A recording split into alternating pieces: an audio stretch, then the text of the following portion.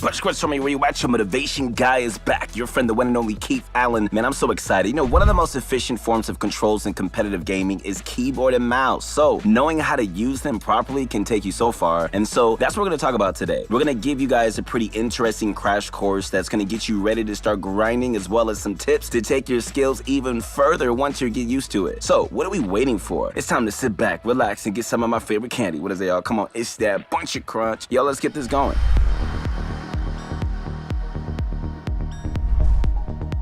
So if you guys want to start to become a pro, one of the most important things that you need in your arsenal is a smooth control scheme. More importantly, you need one that you can customize specifically to your own needs. After all, I mean, if you're comfortable with your controls, then you're going to have an easier time performing actions in the middle of a match. This is why so many players gravitate towards a keyboard and mouse setup. You know, there are so many keys to work with, and it helps them become faster and more precise players, which is exactly what you need in such a fast-paced game like Fortnite. Some of you may already be using this setup, while others might be coming from console where you've grown accustomed to using controllers. Okay, let me ask you this. You guys want to learn how to use your new setup like a pro? Then click on the link below to visit ProGuides.com. There, you can hone or refine your skills as a Fortnite player by training with our pro-level coaches, learning new techniques, master your game plan, and become the pro that you always dreamed of becoming.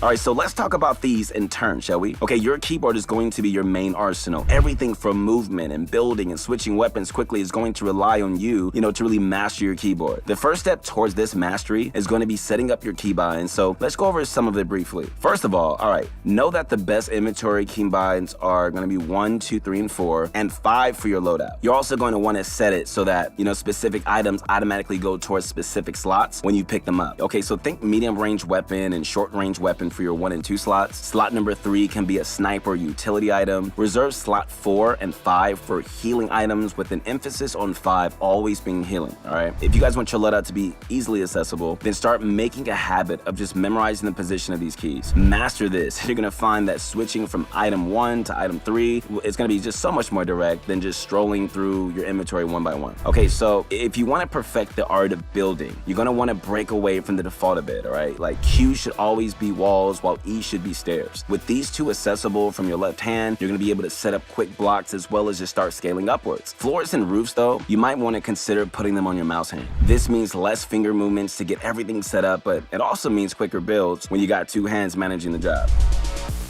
Okay, so now since we're on the topic, let's talk about our mouse a little bit. Okay, so this is gonna be used to perform tasks such as aiming and firing and changing direction so you can face, threats head on. This is possibly like one of the most important aspects of Fortnite, and optimizing your mouse settings so that they fit your own playstyle is going to help you make waves in competitive. Okay, here's a question that you might not be familiar with. Okay, are you all arms or all wrists? Or more specifically, for those of you who may not be familiar, when you move your mouse, do you move your arm or does your wrist also move the movement? The answer to this question is gonna determine the kind of player that you are and what settings that you should be using to make the most out of this. Okay, so if you play mostly with your arm, then you're gonna wanna just ample space in your mouse pad to make those movements. The last thing that you guys want is to try moving and your mouse gets caught or just reaches the end of the pad. One thing that you should do is adjust your mouse sensitivity. A player who uses the arm to aim has more space for movement. So having a higher sensitivity is gonna have you just spinning in circles, unable to see what you're doing. If you play with your arm, consider a lower sensitivity. Okay, so when playing with your wrist, you can make snappier movements, which is great for,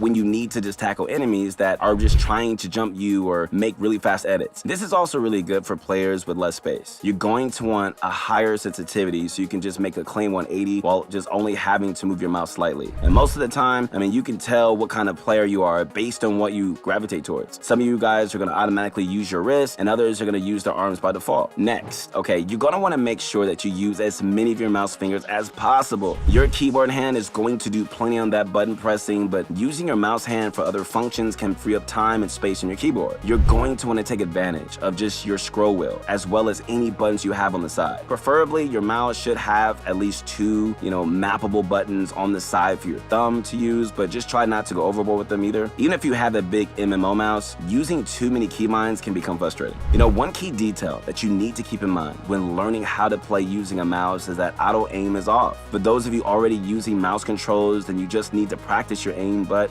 for those of you coming in from controller, it's time to just wean yourself off of auto aim, which might take slightly longer. Auto aim is a default setting which helps controller players keep up with the precision of the mouse. You might notice that hitting your targets is going to be somewhat more difficult than usual at times. You might even think that you suck with these controls. But don't get discouraged, guys. Everything is new at first, but you got to keep going. Like, if you're having these troubles, hit creative and just try those aim training courses as well as team deathmatch modes. Really, really help. Focus on tracking your opponent and just keeping your crosshair at an optimal position so you can easily snap into the direction you need to. Okay, now for the question of the day. Punch Grits on me, here we go. What's your current setup? Tell us all about the gear that you use on your journey to become a pro. Leave your responses in the comment section below. Okay, so now that you know what to expect from your mouse and keyboard setup, let's talk about some alternatives that you need to look into for a more customized experience. Okay, so we talked about this a bit before when we were going over, how to set up your equipment, but let's just go over a few additional things. So there are so many different types of players, right? In the same vein, there are many different types of gaming mice and keyboards that you can use to really up your game. So let's start with the mouse. Preferably, we want you to really have as many options in terms of buttons, but we also don't want you to feel overwhelmed either. Like we mentioned earlier, a good rule is to really have 2 extra buttons on your mouse so that you can just keybind them. The buttons aren't the only important trait to really look into. However, the buttons aren't the only important trait to look into when choosing your equipment. The weight of the gaming mouse also comes into play. Lighter ones tend to be used for quicker movement and require less effort to move. However, although it seems like lighter is always better, there are pro players that break that mold. Just look at Mongrel, who uses a heavier mouse but compensates for it with his arm movements and he hits a more aggressive playstyle. Okay, so keyboards also come in many shapes and sizes. Some take up more space while others are more compact. If you're an ARM player, then consider getting a more compact keyboard, since this is going to save room for you to have more arm space for your mouse. A compact keyboard is going to remove excessive clutter from buttons that you don't necessarily need. So take this even further with half keyboards that cut down even more buttons but keep the ones most frequently used by competitive gamers. If all else isn't to your liking, you could also build the habit of just tilting your keyboard, which is something some pros such as Tifo do, either for comfort or for more mouse space.